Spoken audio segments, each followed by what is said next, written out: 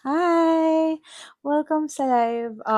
This week, it's been pretty chilly here, Barcelona, to be honest. It's like 18, I think.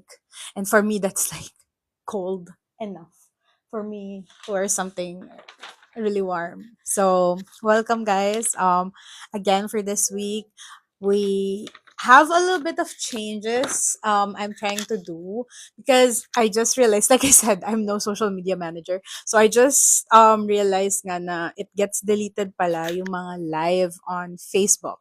So I thought it would always be there, I guess. Though they do warn me, but I thought like, oh, if I just upload it, like stuff like that, it wouldn't matter. But yeah, so that happened this weekend. Thankfully, one of you guys told me about it. So now I found out that you can actually on TikTok, pwede mo pala ma-access yung recording nung live. So I was like, okay, that seems like a smarter way to go about things. So from now, we're just doing the live on TikTok and then I'll upload it later on the week on Facebook. So that everyone here then you get incentivized for being here on TikTok and you know answering the questions here directly, and then the rest of the people who are on Facebook can just review it later on, yung mga tinatanong nyo. So definitely still send your questions. I will not post yung comment section naman. So yung video lang. So no worries about people that, like are asking here and stuff like that. But definitely welcome to the live this week. I think I did a live early on this week as well, but I also did a live with other content creators this week. Um and so that's really nice lang just to keep the community here, and they're also like fellow people who are here in Spain and most of them are in the digital nomad visa then. So it was really helpful to get their insights on things about like taxes, how is it living here with their family and stuff like that. So that's definitely nice. But ayon, for this week there was a lot of questions pouring in from everywhere, from TikTok, from Facebook, from Messenger, because some of you guys like directly message me then, and a lot of posts from the DIY guide group. So the main thing kasi is everyone's worried about the income tax returns.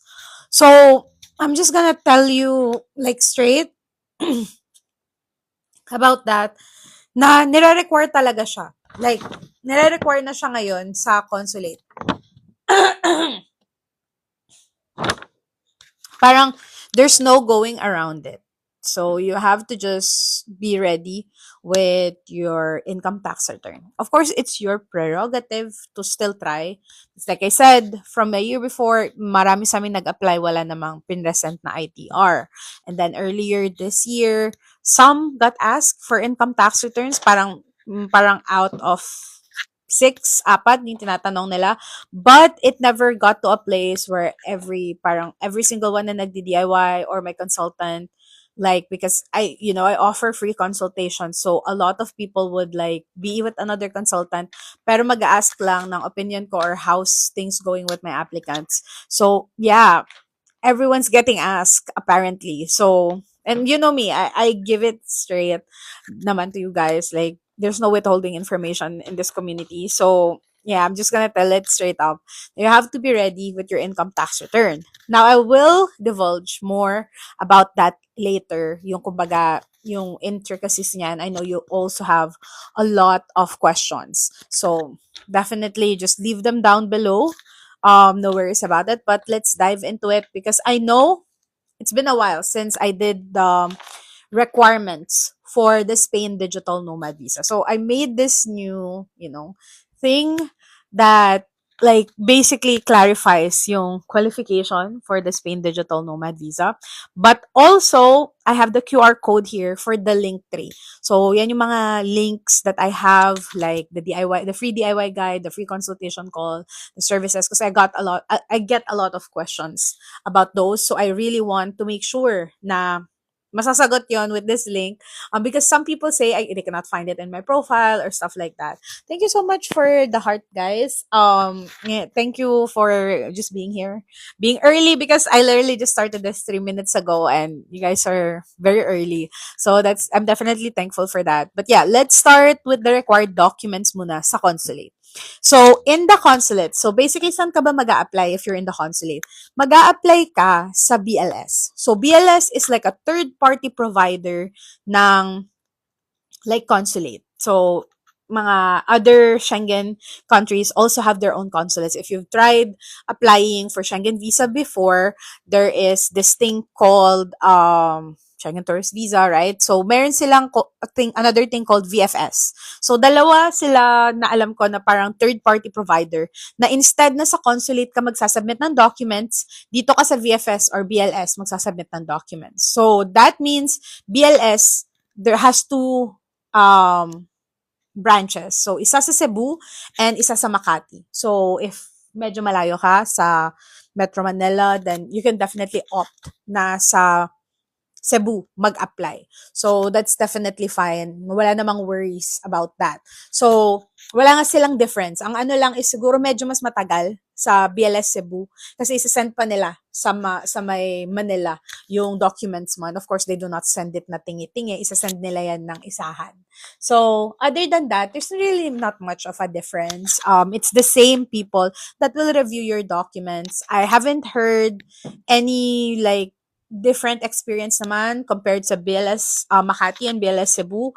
You know, they're all fairly much consistent kung ano yung attitude ng mga tao doon, kung how the process works. So, it's pretty much the same. You won't have any problems betting on applying on either places. So, first requirement, of course, is yung duly accomplished national application form. So, the national application form, tandaan nyo, hindi lang yan for DNV. So, it's for a lot of national visas for Spain. So, may mga parts dyan na hindi nyo naman kailangang fill upan. So, I'll try to make a video of how to fill this out. But I feel like masyado kasi siyang mahirap to like just do a tutorial about it because it really depends on each person's situation. And I don't want it na, oh my God, ito yung sinabi ni ate in Spain and then you follow that. Pero since iba yung profile mo, iba yung situation mo, iba yung pag-fill out ng form. But definitely, ChatGPT is your guide through all this because the national visa application form is both in Spanish and in English, but sometimes yung translation medyo mahirap. So you can definitely 100% just, alam mo yun, i-translate siya sa ChatGPT to explain to you ano yung mga kailangan mong fill upan doon. Other than that, of course, ang next is yung first yung passport size photo. So this has to be Schengen visa approved. So ito yung parang may 35 millimeters by 45 millimeters na size. So yeah, definitely think about getting that kind of early on, pero wag masyadong early. Parang kailangan kasi medyo recent siya eh. Kamukha mo pa din. Kung sino yung magsasubmit, dapat kamukha pa din niya yung picture na nandun. So, don't forget about that. Then, of course, the complete photocopy of the valid passport. So, make sure valid siya. Walang crumple, walang spill, walang cuts yung passport mo. In good condition siya. And at least valid siya for a year. Kasi 1 year yung makukuha mo na validity ng visa sa consulate. So, kung 6 months na lang siya valid ko or 7 months and stuff, then medyo mahirap na parang i-process mo na siya. So, magpaano ka na lang ng DFA appointment. And I've heard naman from one client na medyo mabilis naman na daw sila ngayon. Parang 1 week, 2 weeks lang makukuha na yung passport. So, other than that, of course, you need your foreign identity number. So, this is the first thing na different with consulate and UHE na kailangan mo na meron ka ng NIE before applying. So, your NIE is basically parang yung national ID number mo. But for foreigners, siya, dito sa Spain. So, yung NIE hindi yan nag-expire. So, if decided ka na, get it as early as you can. So, no worries naman about that. I'm sorry, hindi ba kayo makapag, like, comment or something? Kasi I feel like I am not seeing any questions at all. So, just give me a second.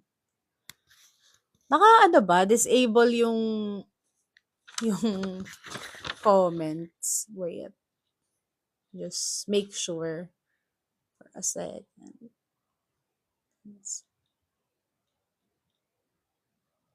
Naka-allow naman yung comment. So, feel like it's fine. Okay, so there are questions naman. I think you guys are just quiet for the first few minutes. Can the minimum income requirement be divided between two clients? Yes. So you are allowed to apply with multiple clients. So wala namang worry about that. So makapag-apply ka kahit multiple yung clients mo. Kahit more than two, to be honest, you're safe to apply. And then, ang next natin, of course, pag-usapan natin konti yung NIE. So, yung NIE, paano ba siya kunin? You have to email the consulate to ask for an appointment, make sure yung name mo and yung passport mo nandun, and it's in Spanish. And then, send mo yun sa consulate and you wait for them to give you an appointment. Kung wala silang reply after a week, mag-nudge ka ulit, send ka another email. So, try mo lang silang kulitan as much as possible. Paano pag walang ITR and di magbabayad ng tax? So, you cannot apply in the consulate. Kasi, it's like, they really ask for an ITR ngayon sa consulate. So, wala kang, kumbaga, like, parang sayang naman yung, ano mo, na mag-apply kung wala ka ring ITR kasi hahanapan ka talaga nila additional document request. So, some people, they try to strategize kasi so far, wala namang hinahanap na ITR ngayon sa UHE. So, they try to just re-strategize and get a Schengen visa and sa UHE directly or sa Spain directly mag-a-apply. So, that's what people have been doing naman recently.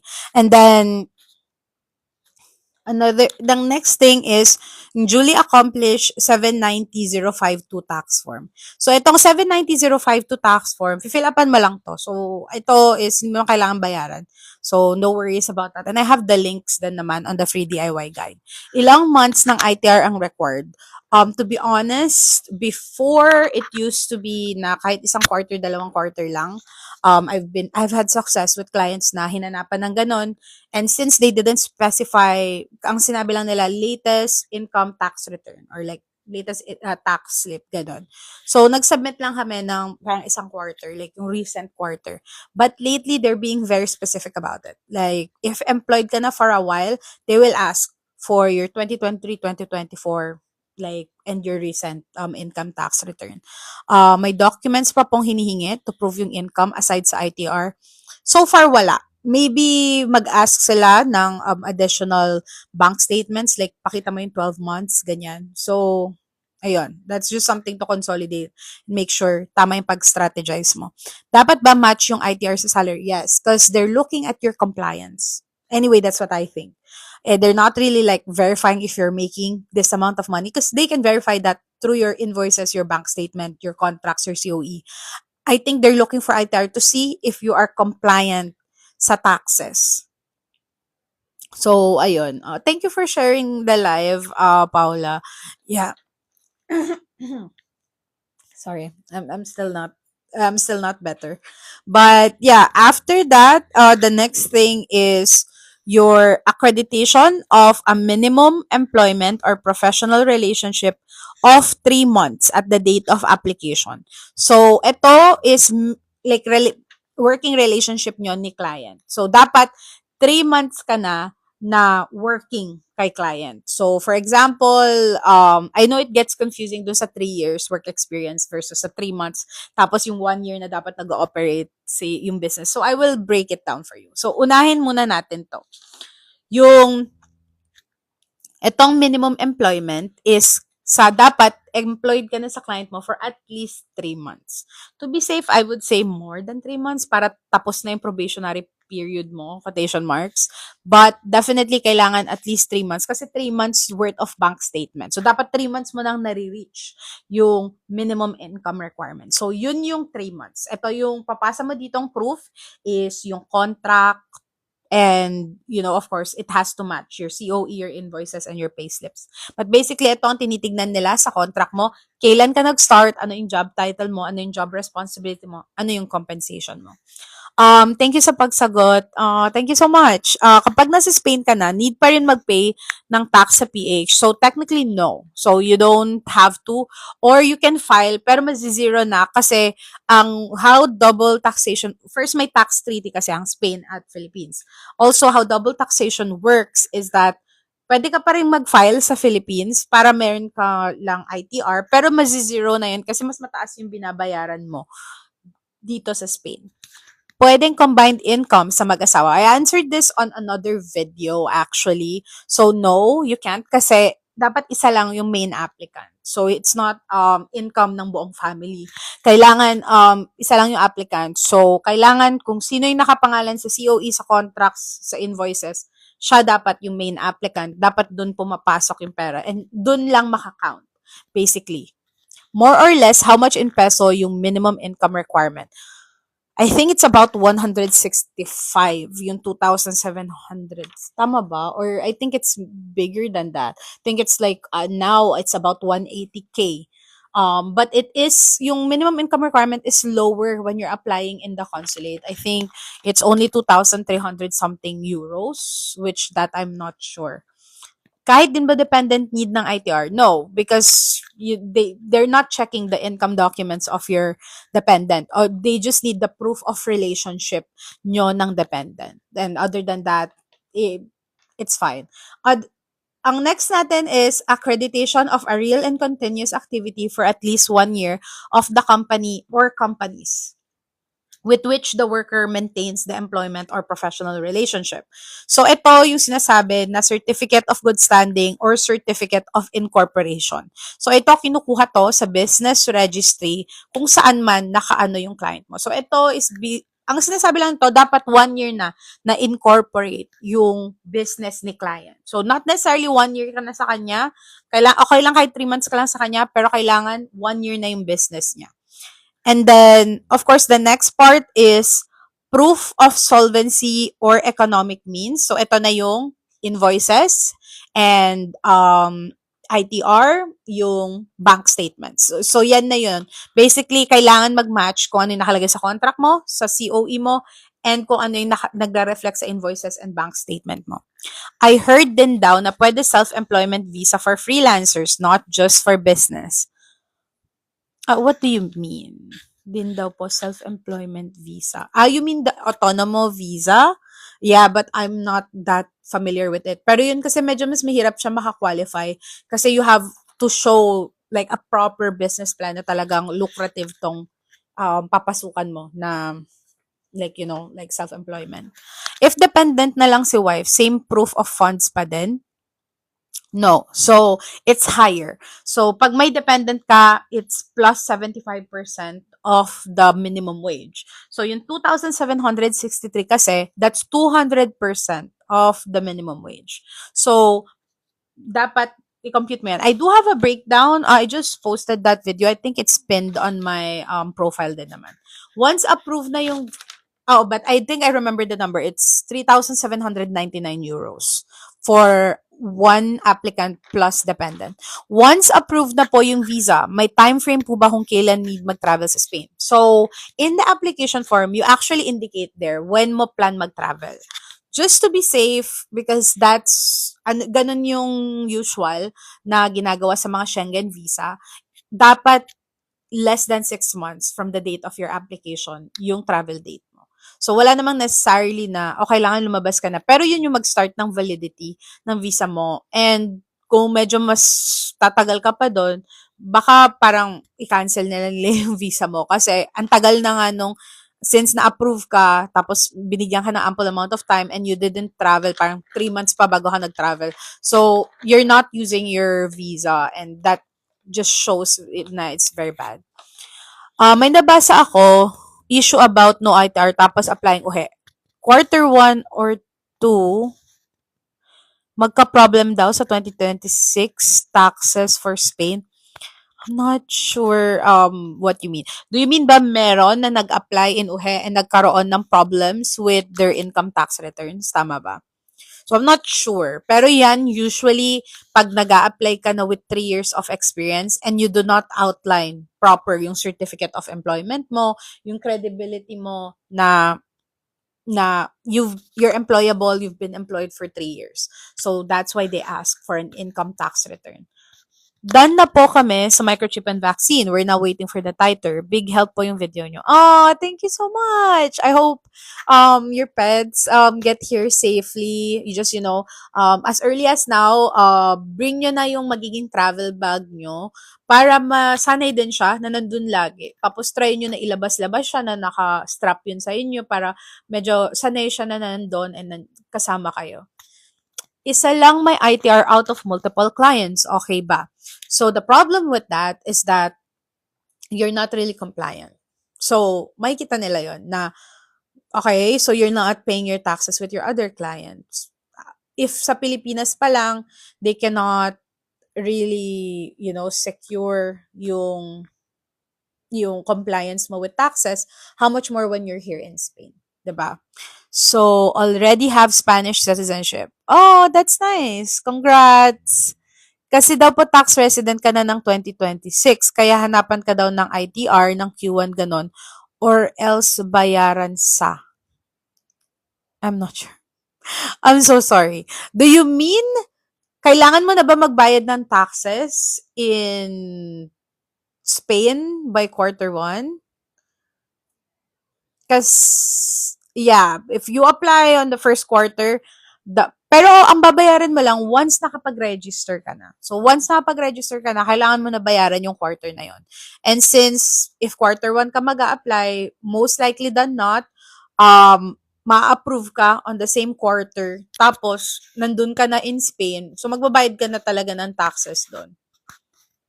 So, that's why some people, what they do is come to Spain around like August, September, ganon. Pero I don't recommend August. But after July, kasi halfway na ng quarter 3 and then quarter 4. So, you have 183 days kasi to be a tax resident in Spain. So, ang gagawin nila, by January na sila mag-a-apply for, Yeah, it's important then to consider yung quarter na pag-aanuhan nyo. Ganon. Pag-applyan nyo. Sisi, ilan yung clients mo now? So, I only have one client. Even when I applied. I do have side projects, but I can only take one client. I'm too tired to take too much. Got it po. Ayan nga po advice nila, August onwards ka na. Akala ko issue yon, apply ka Q2. Yeah, not really. It's not gonna be an issue, especially if you guys are family, for example. Kasi kailangan nung kids nyo din na talagang biting the bullet lang na, oh my God, so kailangan mo na magbayad agad ng taxes. Ganon. Hello, Alex. Nice to see you again. Hi! Ayun. We move to the next one, which is yung copy of your degree or professional experience of at least 3 years. So, ang daming naguguluhan dito, but basically, it's and or. So, pwedeng may degree ka na related sa job title mo or 3 years of experience lang yung meron ka and wala kang degree. Pwede rin na may degree ka and meron kang 3 years of experience. Oh my God, I think, ayun. So, ayun lang. So, no worries naman about complying for both. Parang plus lang if meron ka both. But definitely, kahit isa lang. Sis, anong niche mo? VA ba? Yeah, I'm a tech VA. So, I do product management, product development. So, ayun. So, kaya medyo kakapagod talaga siya kahit isa lang client. Do I study their language also for this? For the digital nomad, no. You don't have to have any lick of Spanish, but of course it helps when moving here or transitioning to a new country, especially if you're aiming for long residence, to try to learn for a little bit. May original copy po ako ng diploma. Enough po ba yun or may gagawin pa? CAV, ECAV, ano po yun? Yeah, you need the certification, authentication, and verification from CHED. So this can be done either by your university or pwede mong directly siyang dalhin sa CHED. Depending sa kung ano yung malapit na CHED sa'yo, the process might be a little bit different, but ito wala naman siyang expiration. So if you're applying for next year, better start na lang yan. Kasi hindi siya apostle ng DFA if wala siyang CAV or ECAV.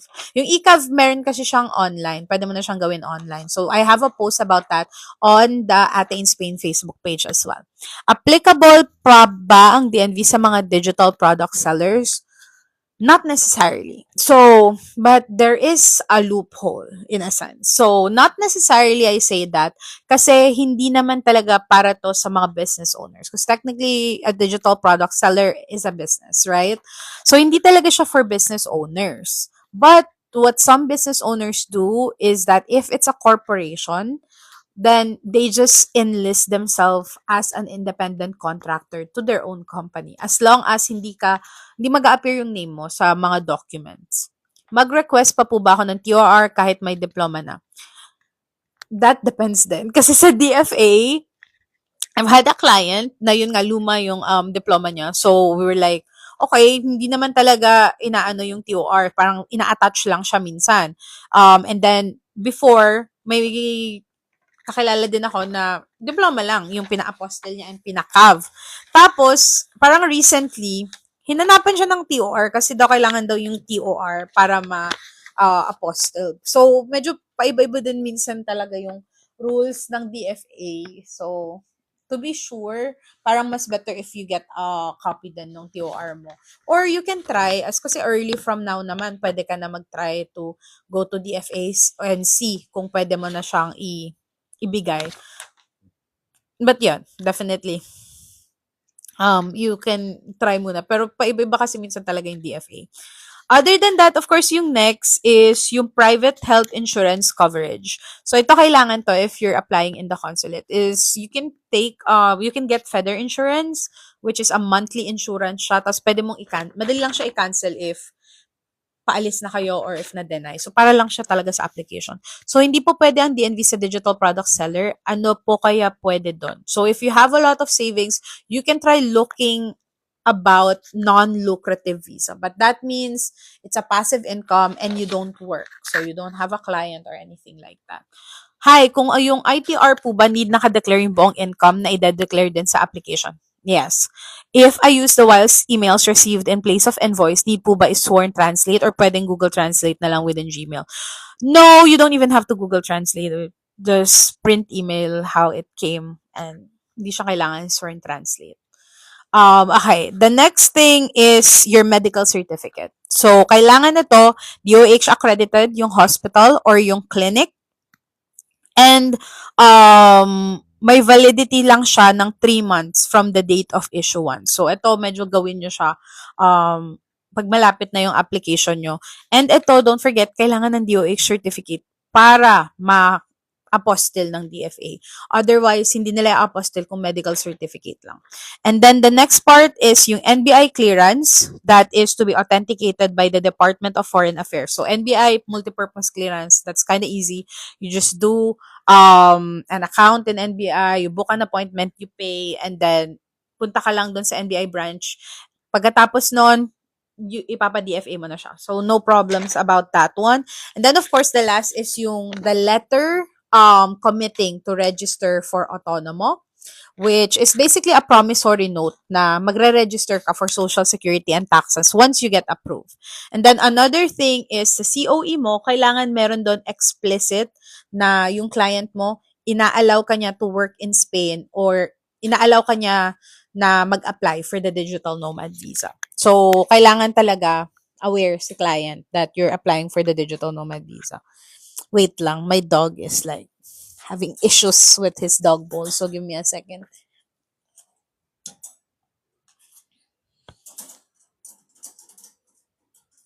Ayun lang naman. If late register sa ITR yung ibang multiple clients, then mag-apply after 3 to 6 months. Magka-loophole kaya. I think what you should do is just, if late, kunwari, yung contract mo or COE mo na, for example, sorry, magulo ka usap. Pero, for example, ngayon, ang binabayaran mo isa pa lang na client. Yung other clients mo, sabihin mo ngayon mo lang nakuha. So that, pagka-register mo for Q4 or pag-bayad mo sa Q3, kasi I think hindi pa naman deadline ng Q3. So, pwede pa silang ihabol. Tapos, ang sabihin mo na lang, kakastart mo lang dun sa other clients. Pero, ang ano nun, Maririsk ka lang na if yung 3 years experience mo naka-base dun sa ibang clients na. But basically, yung sa contract COE mo, kaka-start mo lang nitong 2025, ganun. COE can be digitally signed or needs to be inked talaga. It can be digitally signed. Are there lots of medical healthcare workers po sa Spain? There are fairly like good amount, but there are other much better, like to be honest na yung sa minimum wage. If you're a healthcare worker, there are a lot of other Schengen areas I think you should also look into. Yung dependents po ba pwede ihabol ang apply pagdating sa Spain, planning to apply solo here in the Philippines? Yes. So, pwedeng dito mo na sila i-lodge yung application.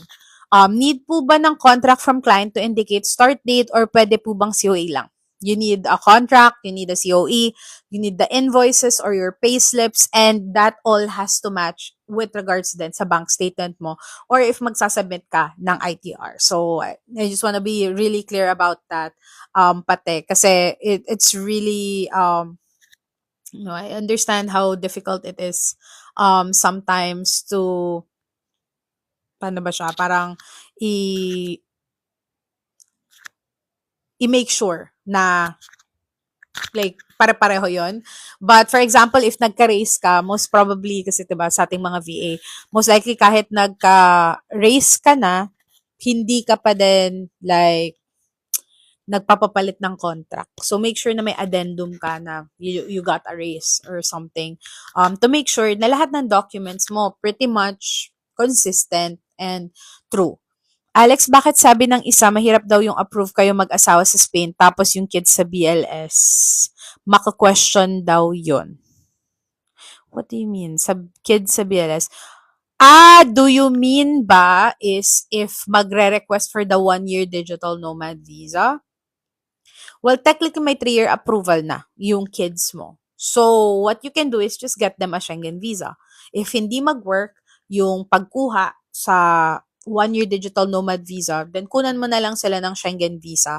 And they just need to fly here kahit 1 day lang yan. And then, once they're inside the Schengen zone, they're here legally naman kasi meron sila nung approval letter. And then, tsaka mo na i-process yung TN nila, which is yung physical residence card. Then, that definitely would go well din naman. Ayun.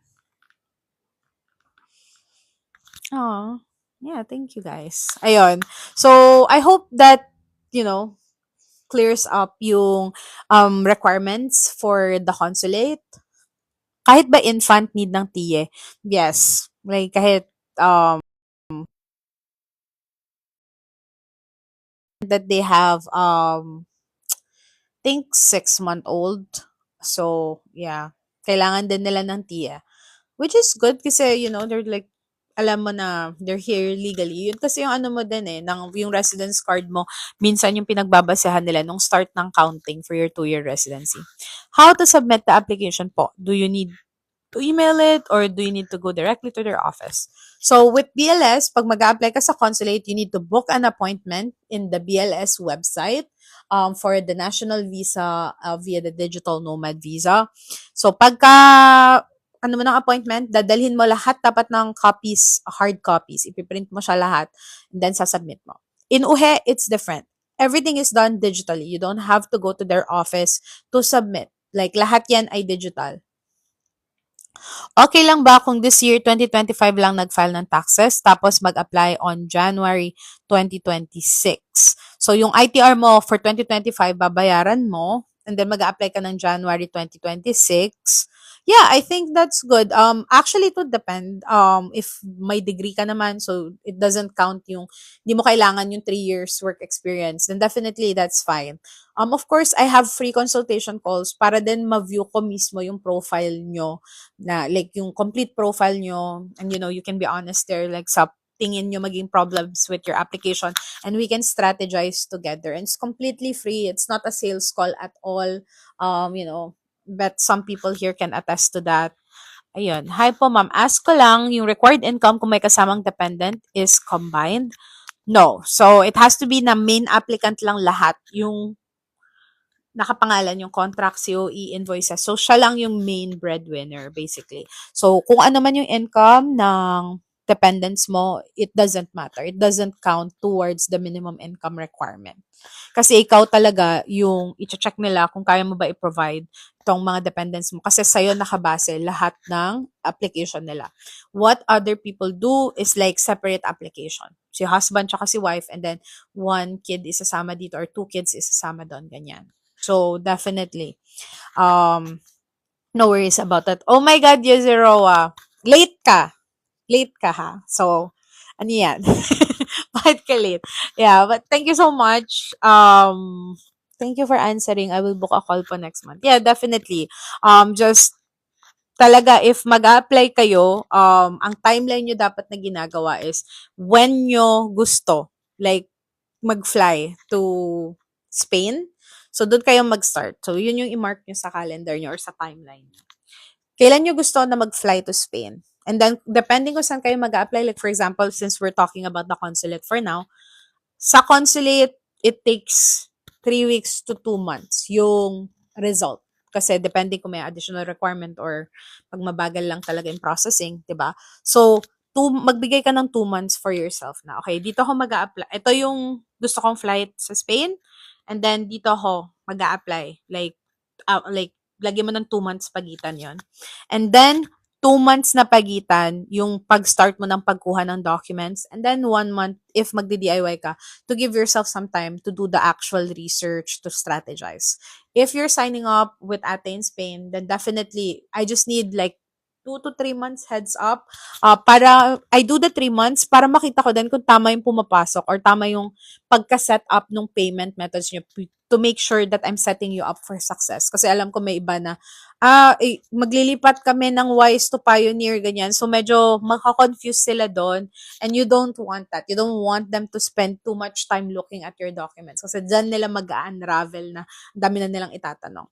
Is the 2,763 only for one client, or we can have multiple clients to reach that amount? Yeah, you can have multiple clients to reach that amount. But of course, you all have to provide the documents needed for each client. Hi, for UHE, what if no SSS covering 3 years? Either is only last quarter, no degree, then you have to submit proof of your 3 years. Ano yung masasabit mong proof for your 3 years? Like your other COE, your contracts from before. We've tried yung Upwork na parang yung Upwork certificate. We've also tried that with one client to show kung gaano katagal na siya working. And then, yung SSS hindi man siya kailangan. Kailangan mo lang ng promissory note, like committing to register for social security and taxes. And yung ITR, hindi rin siya hinahanap here in UHE. But yeah, you have to definitely prove the 3 years. Yeah, if your client is 3 years na, make sure to highlight that in your cover letter. Yeah, thank you so much then. Thank you for saying thank you. You don't know how much that means to me when people are, like, just nice enough to say thank you then, ganyan. Ayun. So thank you so much. Ayun. Other than that, I think it's also really important we talk about UHE. So for the UHE application, ano yung mga documents na kailangan? So it's pretty much, I would say, the same. Siguro mas less lang yung documents when it comes to UHE application. But this is after kasi your Schengen tourist visa, which is another thing of its own. And I'm officially not doing Schengen visas anymore. I can't. It's so finicky to do, unlike the DNV. So I'm like, I don't think I want to do it anymore. Even if doing it paid, I can't. It's just too much like heartbreak. And I put it kasi in myself. So that's why I only take limited amount of clients. Kasi really want to be focused talaga for each one. And I feel like I get attached then with each application and stuff, because we're trying to build a community here of like people, VAs that come here, different experts in their field and stuff like that. But definitely, yeah, I don't think I'm gonna do Schengen visas anymore. They're just too much of a heartache, ganyan. We get a lot of approvals, but kahit isa lang yung madedenay for the month. Kahit mga 4, 5 yung ma-approve for the month, and then isa approve. Parang nada-down pa rin talaga ako. And it's kind of hard for me to get out of that, kasi parang I feel so responsible for each of my client. So, ang hirap na parang i-take it all yung sa Schengen visa, knowing na it really depends. It depends. Kahit gaano ka-perfect yung profile mo, I've seen like clients that are paper-wise perfect, profile-wise perfect, like yung reason nila perfect, ganyan. Tapos parang kulang daw yung proof of ties, even though they have a lot of proof of ties. They have land titles, they have car registrations, like they've been paying their taxes, they've been paying, like, so parang it doesn't make sense. Parang depende din talaga sa mood nung magche-check ng papel. Hi, Shania Marie. Welcome. Ay, Shaina pala. Shaina Marie. Welcome. Ayun. So, definitely, I'm like, I can't deal with that anymore. So, yun lang. A little background about that. So, it's doable. I've had like 4 um Schengen visas before, and DIY lahat yun. So, I don't understand why talaga ata 'pag nakakuha ka na ng isa na Schengen visa, parang madali na yung next. Hi, do you have availability pa for DNV? We are planning to fly sa Spain next month. So, I have to get you first on a consultation call to see if I will be able to like take your case. So, definitely book na. Mag-book ka na and then message me here on TikTok, what's your name, so that I can accommodate you to an earlier date kasi parang next month, November na eh. So, masyado nang malapit. Does it help po if you have a US visitor visa if mag-apply for Schengen? Of course, it helps. But like I said, like, it's the full profile of it, it's the mood, it's the weather. Like, parang may ibang forces that really influences their decision making for a Schengen visa. And of course, it depends din sa country ka, kung lenient ba yung country na yon and such. 1 out of 4 lang po yung may ITR. Is that good already po? Or should I pay tax for other 3 clients? Yeah, you have to pay taxes for 3 clients. Kasi tinitignan nila dyan kung compliant ka sa taxes here in the Philippines. May age limit ba? Wala naman pong age limit. Yeah, please book a call for 40. Kasi, ayan, you can screenshot this and get the link. And all of the links are there. The free consultation link is there. The free DIY guide is there as well. Thank you so much po for answering all my questions. Oh, no worries. Thank you so much for saying thank you. Like, 100% value when people do that. So, yeah, thank you so much. And yeah, welcome for everyone that just joined. And yeah, we're continuing with UHE document requirements because we just finished yung sa consulate. Ate, in Spain, how much po ticket ng dog nyo papuntang Spain? Girl, don't even ask me. Charis. Um, I flied with KLM. So first and foremost, you don't have to even worry about how much it costs to fly them because it's like 200, 365, magkaiba per airline. Ang ano mo is ikaw. Kasi mas mapapamahal ka ng ticket kasi you have to book it on the phone and most of the time, to be honest. And depende sa airline. So for example, KLM is such an expensive airline that I was like, okay, I guess I have to book him there. But the experience was really great. They were nice. They made him the cutest thing ever. Like, let me show you guys. Because I like flexing this. Because it's so cute. Like, ang cute to, di ba? Binigay sa amin to. She was drawing this while we were on the flight. Yung flight attendant. And she gave me this. So, yeah, so cute, di ba? Sobrang cute nila sa Kaya Alam. So, I'm like, okay, I guess, out of sight, out of mind na, nagastos na. So, hindi ko na iniisip. Pero, I think umabot ako ng parang 1.5 dollars, I think. Pero 200 lang talaga yung sa kanya dun. Pero I also had a lot of bags, ha. I brought like 25 kilo bags with me. So, take that as you will. But with clients that I have for pet relocation assistance, when I book them with Turkish Airlines sometimes kasi yun talaga yung pinakamura. Okay, let's see the other ones. Is DNV pathway to residency? Yeah, and it's also a pathway to citizenship. So either way, it's really fine. Will the NBI clearance suffice for the criminal record check? Yeah, it's you actually just get the NBI multipurpose clearance and then you have to get that apostilled. Any work experience po ba or VA experience? Any work experience. So for example, 3 years ka na nasa corporate ano ka, like marketing girly. And then you move to as a VA na marketing then that's fine. Like, counted yon. And then you just have to wait 3 months na VA ka or 3 months ka with this client specifically. Tsaka ka pa lang pwede mag mag-apply. At random question po, di ko alam if contractor po ako or employee. So, it depends. Is your client paying your taxes, your social security contributions? Anong nakalagay sa contract mo? If nakalagay kasi employee dyan, that's a red flag. So, change it to independent contractor. Konti naman ng dala mo. True, di ba? Parang wala naman masyado. Hindi man halata sa sobrang kaartehan ko, di ba? I don't know, but it's just okay. I grew up poor. Like we're like poor. Like like I had like I never paid for much school wise growing up. So ayun, parang lagi akong scholar and stuff and we're all about saving money all the time. Never, ganyan. So when I started working very early in my life, like I was like 15 and I was taking like, paggawa ng essay ng kaklase, yung mga ganun, pa-proofread neto, ganyan. I even took like one of side job like with parang teacher ng friend ko na mom and I had to like do yung parang like paglinya-linya so that she can create tabular stuff and like presentations ganyan. So I'm a very like hustler type of person.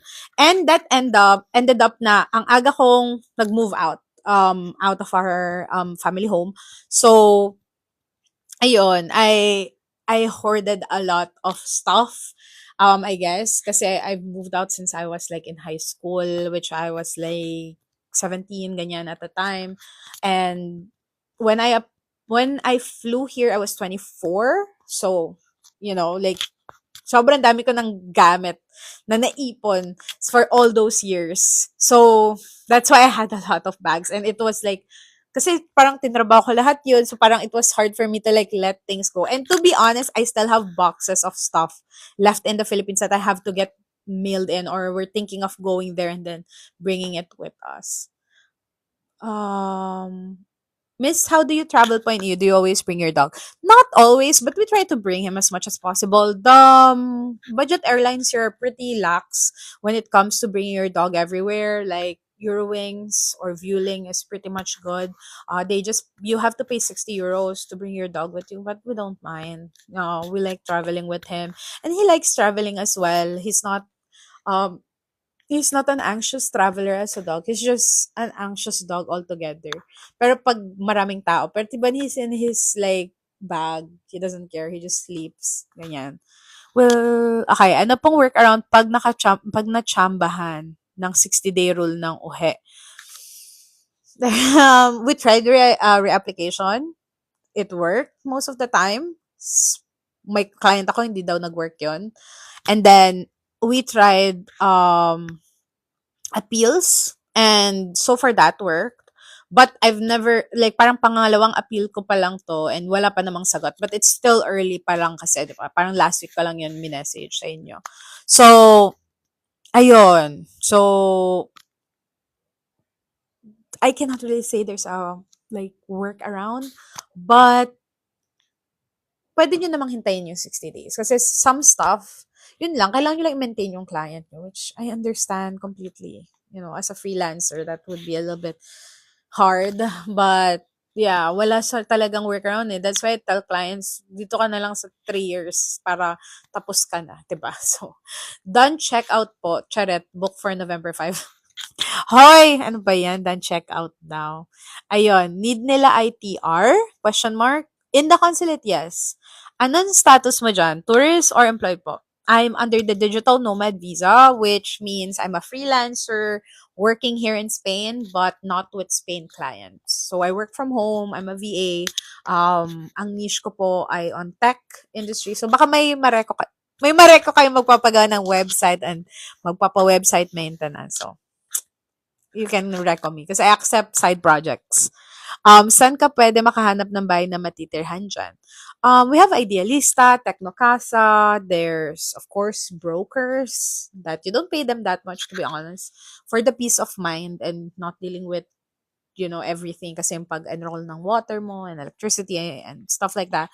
So it's nice to get a broker and they're not that expensive. Parang half nung rent mo per like a month lang yung babayaran mo. Parang kunyari kung 600 euros yung nahanap niyang bahay, parang 300 euros yung bahay, yung bayad mo sa kanya, ganun. So, ganon. Pero there's a lot of apps that you can use depending on Sun City. Um, Super valid. Pero meron pa rin ba na deny pag direct application there sa Spain?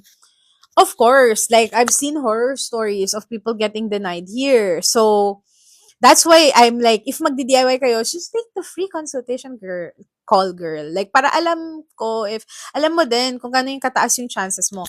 But the denial here is not thing na denied. Like, ganun. Hindi. They ask for an additional document request or for you to, they always assume that, okay, am I understanding things wrong here?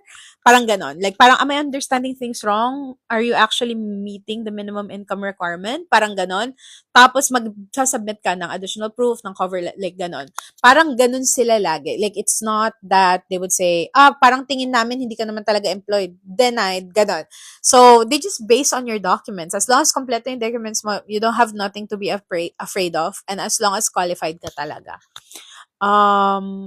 Sorry po sa question. Ano po yung UHE? Salamat po. So, it's Unidad de Grandes de Empresas, which basically is the Ministry of Immigration here in Spain. So, dun ka nag-a-apply for anything extranjero related or foreigner related. How much pays a nomad visa? So you have to be making the minimum income requirement, which is before taxes for single applicant is 2,763 euros per month. May mga clients ka ba na wala wala out of country travel, then na-approve sa Schengen visa and nakapag-apply sa OHE? Yeah, I have a client that I was so surprised that got approved.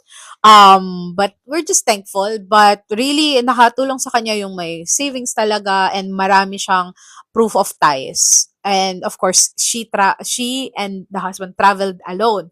So, kaya sinasabi ko, mas better na couple or family kayo na magta-travel. So, sila muna pumunta, iniwan mo na nila yung kids. Kasi, parang anniversary trip, ganon. Para less gastos din yung balik-balik. And para makapaghanap daw sila muna ng bahay and stuff like that. So, definitely, maganda yon na gawin. And usually, mataas yung approval for Schengen visa pag madami kayo. Pag mag-isa kasi medyo sketch, like parang, totoo ba, mag-travel ka doon? Parang ganon. Or, parang wala namang magta-travel ganyan kalayo, di ba? Pag mag-isa, ganon. Paano pa makahanap ng consultant to get a digital nomad visa? So, I am a consultant for the digital nomad visa. You can look at my Linktree on the QR code.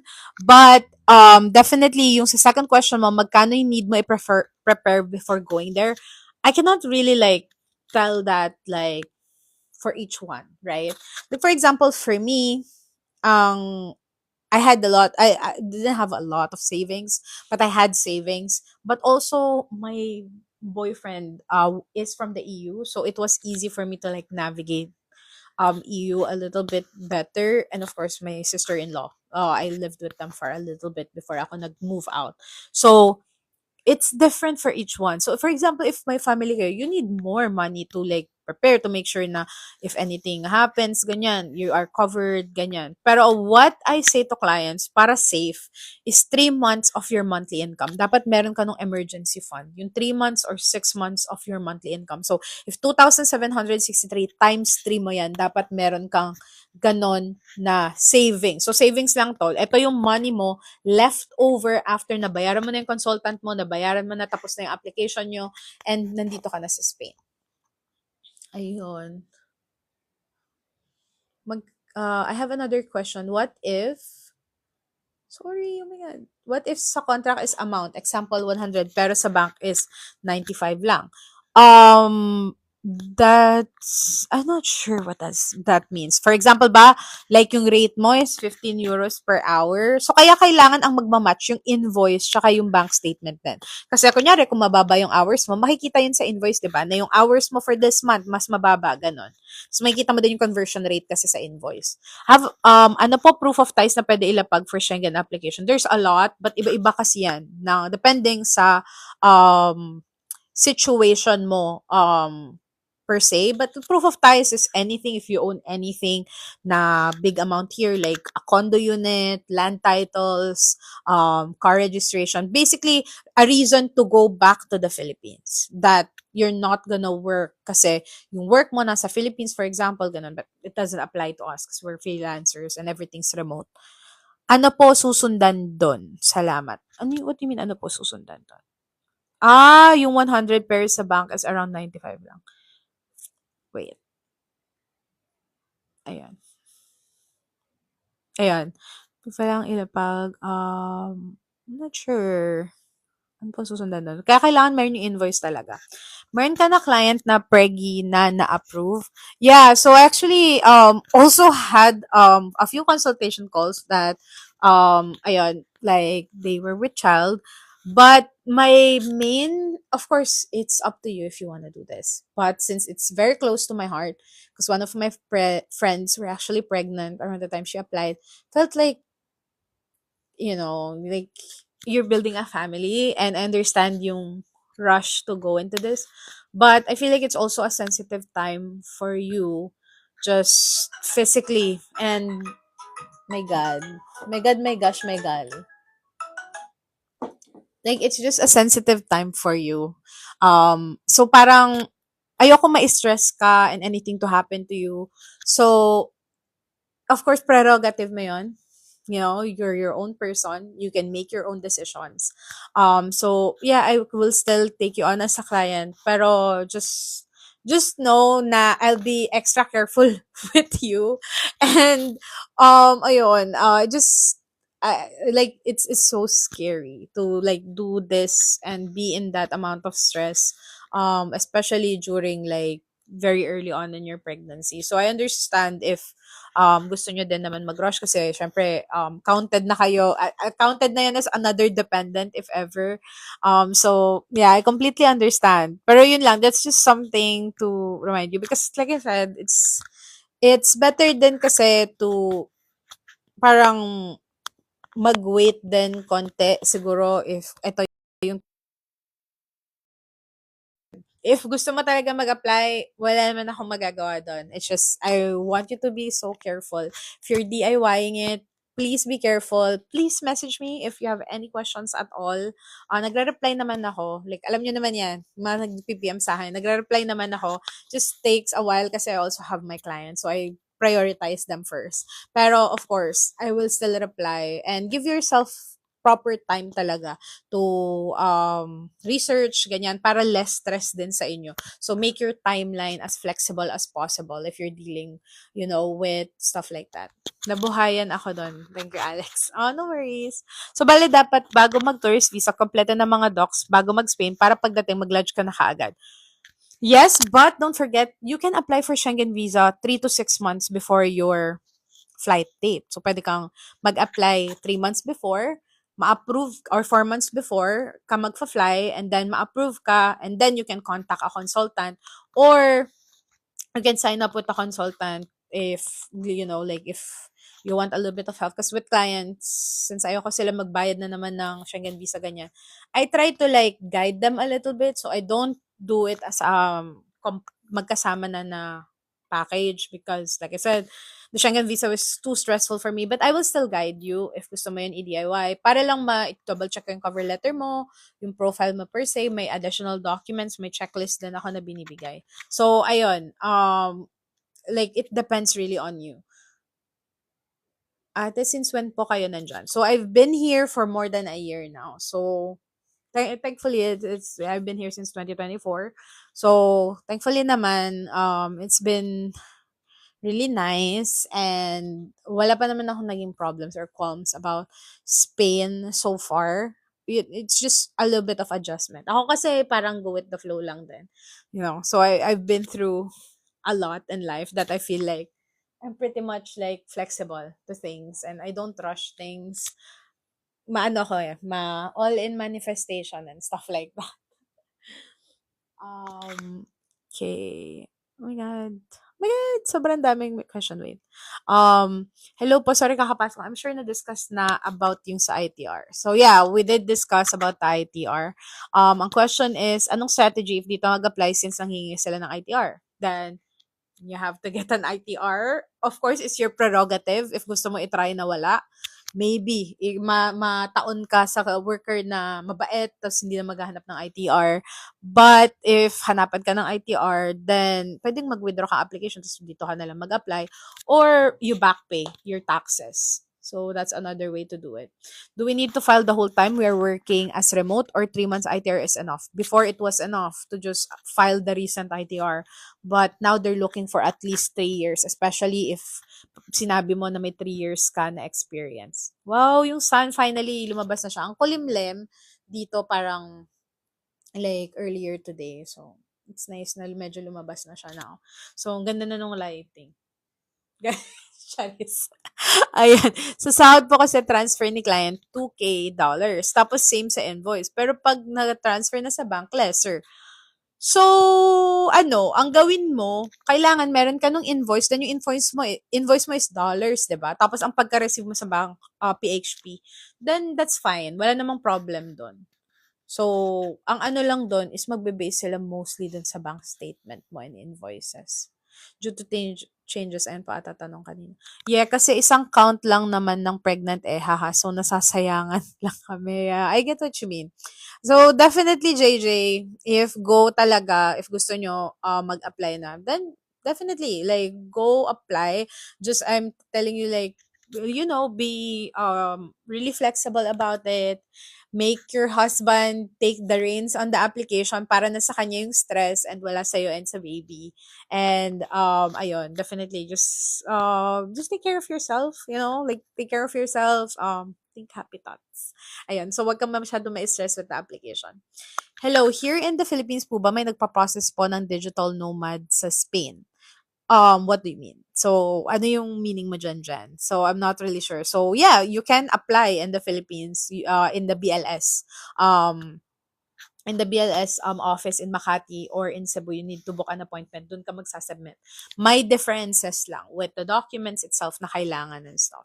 Ano pong work mo? So, I'm a tech VA. So, I do product management and I do a lot of web development and web maintenance. Is it true na advisable na mag-apply uhe than doing BLS kahit pa may family naman kayo? Yeah, mas better talaga sa uhe kasi it's just much more straightforward, less yung documents, and they're less scrutinizing. Can you share po how much yung taxes nyo? I do have a video about that. I even put like my tax form behind me. I tell you like how much I'm making and then this the taxes I'm paying ganyan. Ayan. Hi, ate. Hi, JC. Late ka, Charis. Ate, another question sa uhe. We can enter Spain with another type of visa. Okay lang naman pwede ba? Depends. So, you can have a visit visa. You can have maybe a student visa. Depending. Kasi if student visa ka, tapos diba may limit yung amount na dapat na ano mo. So, kailangan mag-apply ka kagad pagkarating doon. But definitely, pwede kahit ibang Schengen visa. Basta alam mo lang, hindi magkaka-conflict yung Schengen visa na meron ka sa Schengen visa sa digital nomad visa. Kaya ate, 3 years remote lang po ba qualified?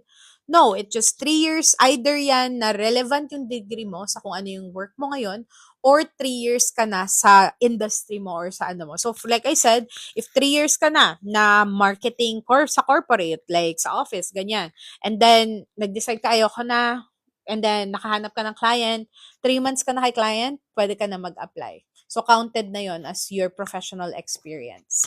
Hi, ate, 3 years. Okay. Or dapat tourist visa talaga? Okay, yeah, I answered this one naman. So, paano po yung walang ITR? Paano po yung sa Spain mag-a-apply? Yeah, kung wala kang ITR, it's better to apply in UHE. Um, Paano po yung sa Spain mag-a-apply? You apply, you need your depending kung magdi-DIY ka or with a consultant, but it's all done digitally. Uhe means dapat nasa Spain i-lodge yung DNV. Yeah, dapat nasa physically, by the time of the application, you are inside of Spain. Paano kaya if 2016 ka pa nag-VA pero walang tax? Diyos ko po, baka deny agad. Yeah, so that's a problem. So, unless sasabihin mo na, like, alam mo yun, like, depende kung relevant ba yung degree mo sa ano mo. So, medyo mahirap talaga, like, if hinahanapan ng taxes, is if hindi ka nagpa-file ng tama. Kasi ang laki pa man din ng taxes and yung penalty if magba-back pay kayo. So, that's why I tell people, so, na lang kayo mag-apply. Like, sa consulate pati, if you have dependents and stuff, medyo strict talaga sila kasi they want to make sure na kaya mo talaga mag-provide for your dependents. Ask ko lang po if mag-apply as tourist visa muna din sa UHE na mag-apply, does the show money 2 times? No. So, wala namang show money na ganun.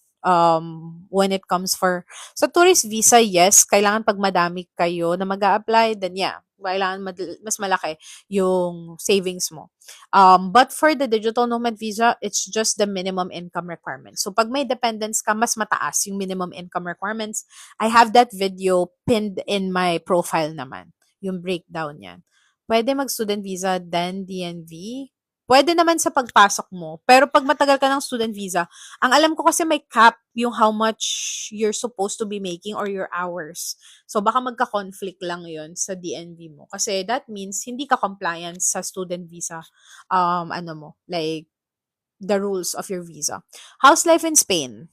Um, to be honest, the first 3 months was a blast. It was amazing.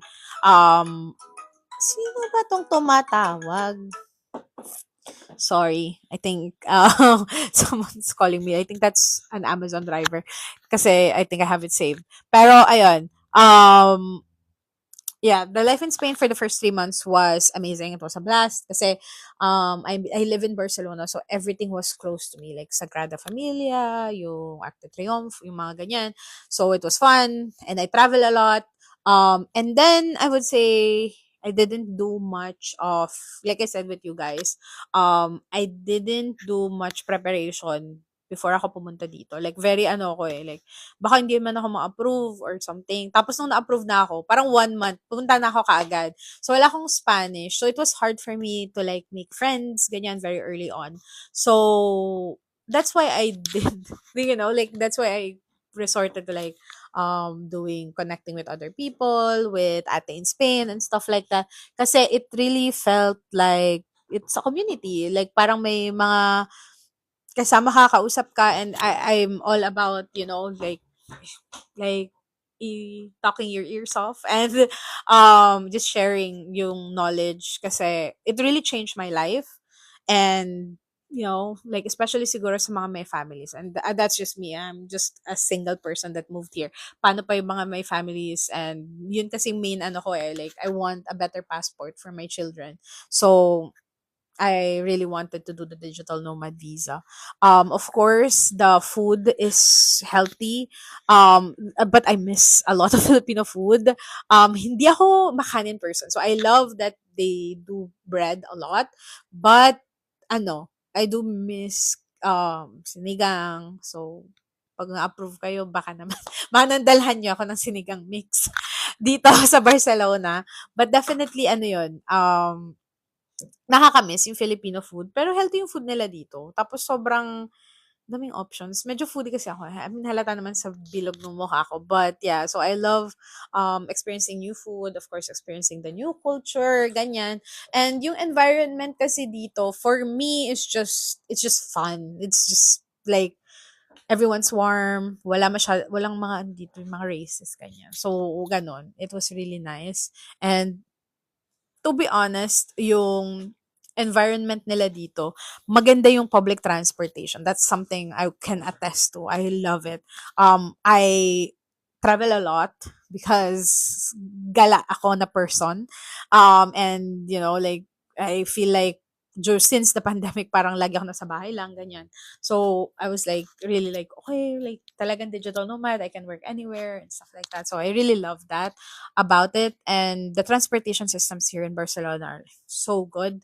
I've been to other parts of Spain, which is also good. Maganda pa din compared, like, of course, the Philippines and stuff. And may app sila na alam mo kung kailan darating yung bus and stuff like that. And it's very cheap then. But definitely Barcelona is really good. And other than that, um, compared sa Philippines, I still miss my family. I still miss my friends because I've been with them for like almost all my life.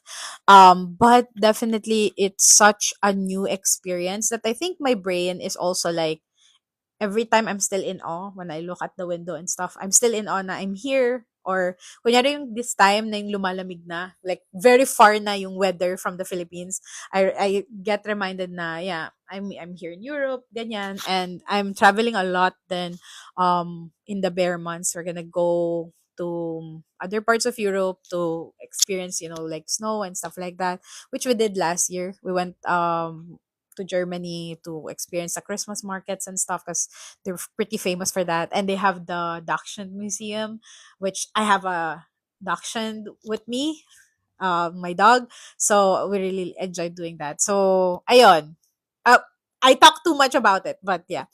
Ayun. So, well, let's answer the others. I agree. Diyos ko, wait. My God. Okay, I agree. Nagpa-consult ako for back pay. Wag na lang.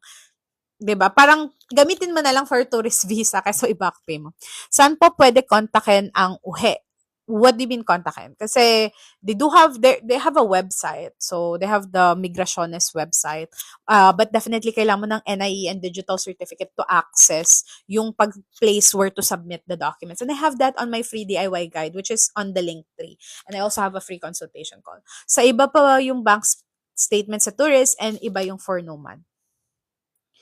What do you mean by that? Like, pwede namang pareho yung bank na gagamitin mo, pero since matagal pa bago ka mag-fly, kailangan fresh kasi. Tuwing magsasubmit kayo ng kahit anong visa yan, kailangan fresh lagi yung bank statement nyo. So, kunin nyo siya on the week of you submitting. So, yeah, kuha ka ng bank statement pag mag-apply ka ng tourist visa, and then pag for the nomad visa, kukuha ka ulit ng another bank statement. So, kung sa UHE mag-apply, ibig sabihin pala, ang tourist visa muna from PH, yeah, kukuha muna kayo ng tourist visa dyan. Ate, kamusta online shopping dyan? May Shopee ba ha? Joke. Or Amazon lang. Amazon and Temu. They have Temu here, but I don't shop online. Kasi everything is so accessible here. Like, we have the Mercadona downstairs. Like, literally, yung grocery na sa baba lang namin.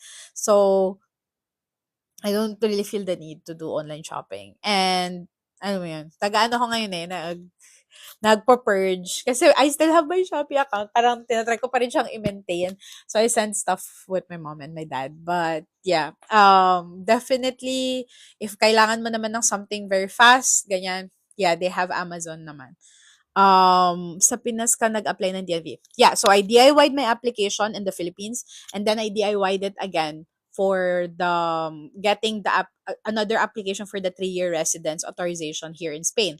Kasi that's another difference that maybe you guys don't know. You get the 1-year digital nomad visa if you're applying from the Philippines, and you get the 3-year residence authorization when you're applying inside of UHE. So, parang wala ka ng problema until matapos mo yung 2 years residency, and then you can apply for Spanish citizenship. Nag-apply po kayo with your partner ba? Family of 4 po kasi kami. No, I applied ako lang. So, I had clients din naman that like are a big family, maybe even bigger than your family. So, yeah, definitely it is possible naman. So, a lot of people, like for example, Yenny moved here with family of 4 din sila. So, yeah. OMG, yes, corned beef and sinigang mix. Yeah. So, corned beef actually, kahit ano lang ako, kahit pure foods lang okay na. Pure foods lang okay na. At Argentina lang okay na ako. Ayan. Miss, ano po need sa Schengen visa photo? Need ba specify na for Spain, BLS application? Kailangan lang Schengen visa photo. So, punta ka lang kayo dun sa mga yung picture city, ganyan. Alam na nila kung ano yung kailangan for Schengen visa. Kailangan lang may collar ka. Tapos, kailangan kita yung tenga, walang jewelry. At if ever mag-avail ng service nyo, meron po bang private support chat with other... Oh my God. Oh my God, wait! Nawala. Okay. Meron po bang private support chat with other VAs in progress? So no, because I don't want if gusto ng client ko probably to connect, you have the WhatsApp group that we have public. So nandun yung mga other VAs na pwede nyo connect na makausap, ganyan. So if you want a community chat, you can join our WhatsApp group. I think it's also in the link tree. If it's not there, it's probably posted on the DIY guide group or the Ate in Spain Facebook page. But I don't add them on a group chat kasi parang baka for their privacy and stuff like that. But if any of my clients are watching, if you guys want to be added on a group chat, I would love to do that as well. Pag naka-DNV po ba, makaka-visit na to other Schengen countries nang hindi nag-a-apply na tourist. Yeah, so you're a resident na kasi. Resident, makakuha ka ng physical residence card here in Spain, and then you can travel other Schengen countries. Like me, I travel a lot in between other Schengen countries kasi magala talaga ako. So, bago mag-anak, maggala-gala muna sabi. Total, I'm still very young pa naman. Thank you, Ate in Spain. Sana ma-approve ako. Nag-start na ako mag-complete ng requirements. Mabilis lang kaya yung process.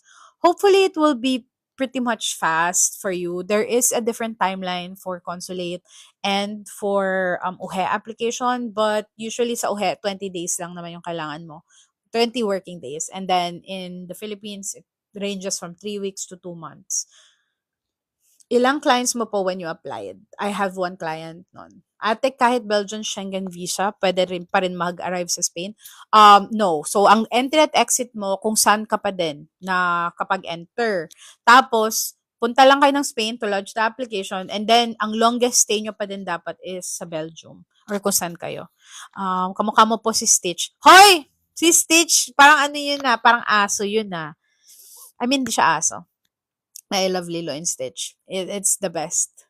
Yung aso kamukha niya si Stitch. Bingo, come here. No. Kasi adoption kasi, so hindi nakikinig sa akin. Walang pake. So, saan ka oh my God, I'm sorry. Saan ka nagpa-translate nung sa Pinas ng mga requirements? I contacted a sworn translator and I just sent him the scanned copies and then he translated it and then he sent it back. Pag uwi po, ibig sabihin kailangan mag-tourist visa muna para makarating sa Spain, then dyan na lang mag-apply for DNV. Yes, exactly. Tumpak. Pwede magdala ng corned beef. Yeah, of course. Pero sa UK, pwede din gamitin DNV to go there. No. Nahiwalay na kasi ang Brexit. So, hindi na siya kasama yung UK. Paano pag walang ITR? Ano, pwede mo naman itry sa consulate. Pero, like I said, they are consistently asking for it. But if you're one of the, blessed people na hindi hanapan, then definitely, pwedeng dito ka na lang sa UHE mag-apply. I mean, congrats if hindi ka hanapan. Pero if hanapan ka, then pwedeng dito ka na lang sa UHE mag-apply. Si Lilo. Akala ko si Stitch talaga yung kamukha mo. Ilang days po allowed lumabas ng Spain pag resident na? 45 days out of the year if you're aiming for citizenship. Paano mag-connect dyan sa mga taga-Pilipino? Like socials. So there are a lot of Facebook groups and stuff like that as well. Laka up. Hindi ko sure kung ano yan. Question po for Certificate of Good Standing. Need po ba yung original hard copy or pwede lang scanned copy? You need original hard copy if sa consulate ka, pero if sa UHE ka, you just need the scanned copy kasi digital mo lang naman yan isasubmit. Saan ka nagpa-translate dito sa Pinas? So, yung pinag-sworn translated, you search the website with yung official sworn translators ng Spain, and then nag-email lang ako tapos nag-message ako dun sa mga tao yung nasa listahan nila, and then kung sino yung pinaka-best, yung price, ganyan, doon ako nagpa-translate. I just scanned the document, sent it to them, they translated it, sent it back. How much po visa fee pag nag-apply dito sa Pinas? I think it's about 12,000 per person. Yeah. Ano po yung UHE? So, it's Unidad de Grandes Empresas, which is basically yung Ministry of Immigration here in Spain. So, they deal with a lot of foreigner government stuff. Ganon. So, pag mag apply kayo directly here in Spain, while you're inside of Spain with a tourist visa or a Schengen visa, then definitely, dito kayo sa UHE. Yan. Mag-a-apply and sila yung kailangan yung pagpasahan nung documents nyo. Oh my God, I think my phone's gonna die. So let me charge it. I-charge it lang to make sure hindi mamamatay yung live.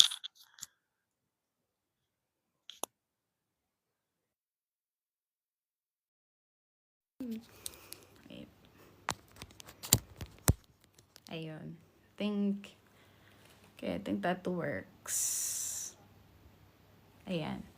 Rinig nyo ba ako? Rinig nyo naman ako, right? No? So, hi ate, thank you for the free consultation kanina, Rachel. Oh my God, I hope you hear good news, Rachel. And definitely rooting for you. And yeah, thank you for jumping in on the live as well. Thank you so much. Okay, paano kapag matatapos na Schengen visa, wala pa approval ng DNV? Need ba mag-exit? So, there are two ways. Pwedeng hintayin mo naman kasi. To be honest, pwede ka mag-overstay. But the problem with that is, ang ipapakita mo sa border is yung denial letter. So, yung denial letter na makikita yung PDF. And then usually, they don't really flag you and stuff. But of course, the immigration in the Philippines has your information na nag-overstay ka. And that might create problems later on. If na-approve ka, tapos nag-overstay ka, wala kang problema. But if, for example, nag-overstay ka and na-deny, dun ka lang magkakaproblema. So what I tell to clients is, prerogative nyo pa rin yan. You have freedom kung ano yung gusto mo. I'm just making sure you have an informed decision when you do so. So yung magkakaproblema ka talaga, yung paglabas ng Philippines ulit. Yun.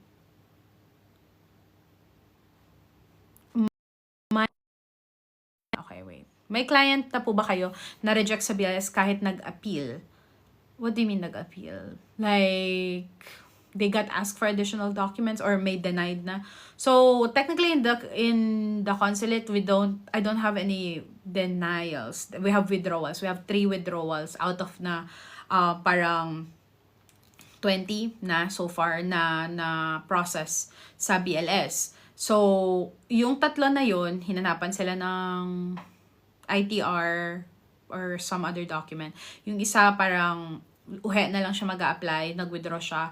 Yung isa, waiting pa kami doon sa sinubmit namin documents. And then yung isa is medyo give up muna siya. Like, kalma lang daw muna siya to reach the minimum income requirement in uhe. Tapos magre-reapply na lang sa uhe. Pwede ba maghanap ng underground work dyan? Well, it depends sa'yo. Kung ano yung gusto mong risk sa life, di ba? Kung gano'n mo kaya ma-stress. So, pwede naman. Ayun. And then, wanted to ask, okay, Schengen SG na lang, 30 days ulit. Yeah. Like, Schengen visa ulit. Wanted to ask about sa ITR, yung mga hinihingan ba upon lodging or nung nireview na ng BLS? Nakapagpasa na, and then after a few days, saka sila hahihingan. Paano po yung insurance sa FEDER? Di ba 1 year yung needed sa policy? No, they don't need a 1-year policy. Like, before lang yon, before someone like tried to do the 1 month. And then, monthly na lang talaga yung ginagamit ngayon. Pwede yon i-cancel. Monthly siya So, pwede mo siya i-cancel after each month. Ganyan.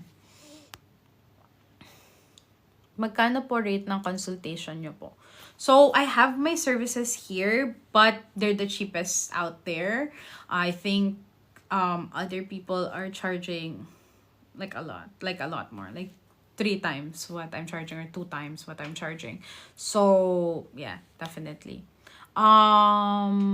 Thank you. Oh, thank you. Baka umiyak ako niyan. Paano if mag-withdraw sa BLS, di ba magkaka-record or problems sa OHEP? No, because weirdly enough, they don't share records from each other. So, wala kang maging problem. Consult ako sa agency, need mag-avail ng membership na 90K para i-guide. Paano membership? Ano yan? Girly Pop. Girly Pop? That's, ang mahal nga nung 90. Pero alam ko ganyan talaga yung mga presyohan.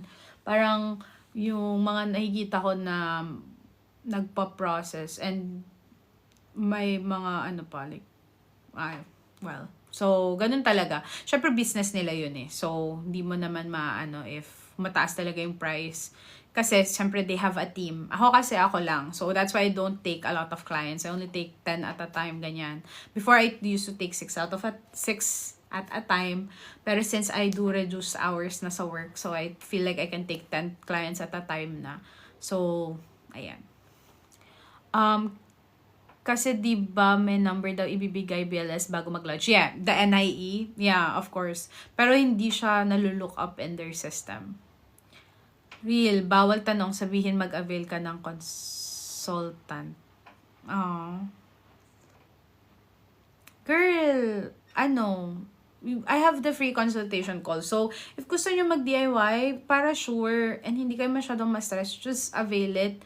I swear, please, people that already availed it. It's not a sales call at all. I will guide you through the strategy as long as medyo straightforward na yung case mo. May isa kasing case, like for example, with other calls I had this week, na medyo hindi pa sila like, okay, hindi pa natanong kay client, ganyan, or may hindi pa finalize yung details. So, it's hard to give them advice that way. So, tell them, okay, book ka ulit ng call after mo maano. Pero yung mga questions na dapat itanong nila sa client, paano to